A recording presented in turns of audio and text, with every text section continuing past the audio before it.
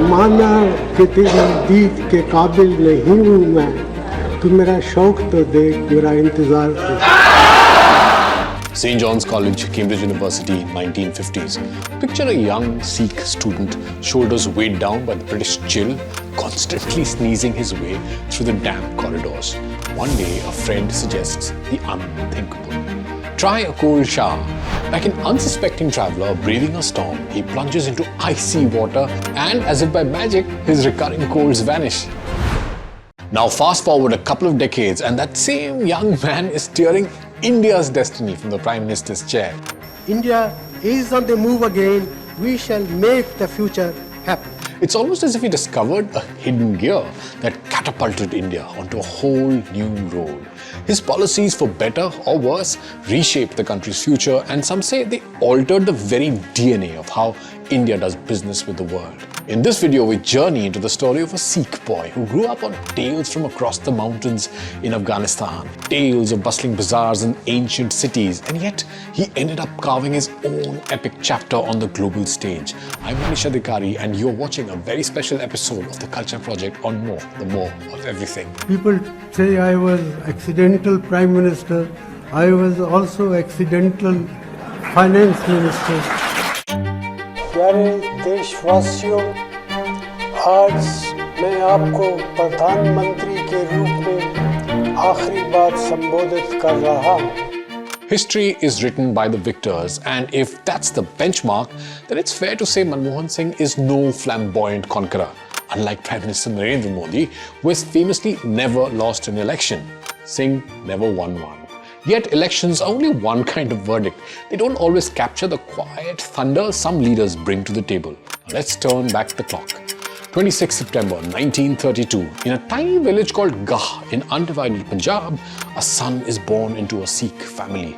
The father, a small-time worker for a dried fruit trader in Peshawar, names the boy Manmohan, an unassuming name for a child who would one day stride across the world stage.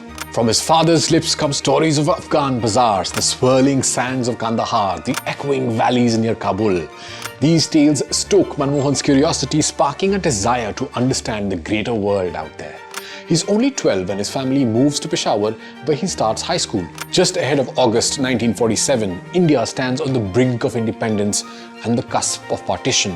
Imagine an entire subcontinent tearing at the seams. Communal bloodshed rages, families vanish or scatter, while trains across the new border roll in, weighed down by heartbreak. Manmohan's father goes missing for months in the chaos. Eventually, they reunite in Amritsar.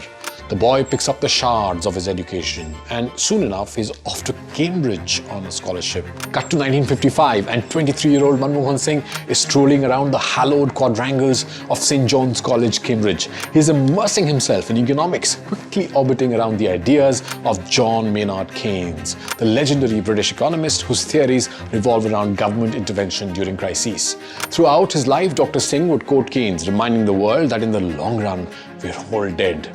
Or not so gentle nudge that policies should not neglect people who need help now. I am reminded of what John Keynes said once, in the long run, all of us are dead.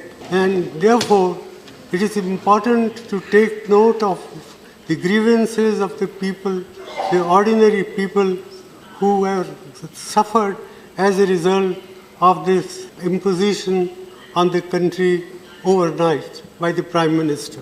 He was 84 years old and an ex-Prime Minister when he uttered these words, slamming Prime Minister Narendra Modi's demonetization policy.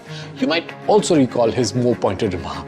It is a case of organized loot and legalized plunder. Those words, searing as they were, came from a man known for his soft-spoken demeanor. At Cambridge, Manmohan Singh had blazed through with first-class honours in economics, then capped it off with a doctorate from Oxford. Over time, he would become known as India's most highly educated Prime Minister. He had journeyed from a remote village in modern-day Pakistan to Cambridge to the corridors of power in New Delhi. Along the way, he shaped modern India's economic landscape. Many credit him with ushering in the 1991 reforms that pried open India's closed economy under Prime Minister P.V. Narasimha Rao. And though Manmohan Singh's decade-long tenure as Prime Minister saw controversies, it also led India through a stretch of rapid economic growth and global recognition. Our economy, polity and society have to be made extraordinarily resilient. In December 2006, as Prime Minister, he addressed a London School of Economics alumni forum in New Delhi. I tried looking for a video of the same, but there wasn't any available.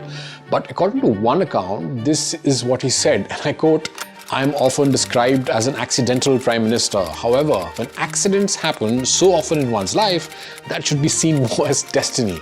I was destined to play a larger role in my country's affairs than I had originally planned." Yet, I am not sure that a Prime Minister's job is necessarily more attractive than a university professor's. Some of my fellow researchers in London have gone on to win Nobel Prizes, while I'm struggling to convince Indians that I am the Prime Minister of the country. In his later years, Dr. Singh became a voice of restraint in an increasingly noisy political arena. He chose his words carefully, sometimes too carefully, critics say, but history shows that soft words can carry a mighty punch. Today, as we reflect on his life, it's hard not to see him as the quiet engine behind some of India's most significant economic overhauls, a man who navigated shifting sands as skillfully as his father once roamed the Afghan trade routes. Thank you for watching The Culture Project on Move. Until next time, stay curious and keep exploring the stories that shape our world.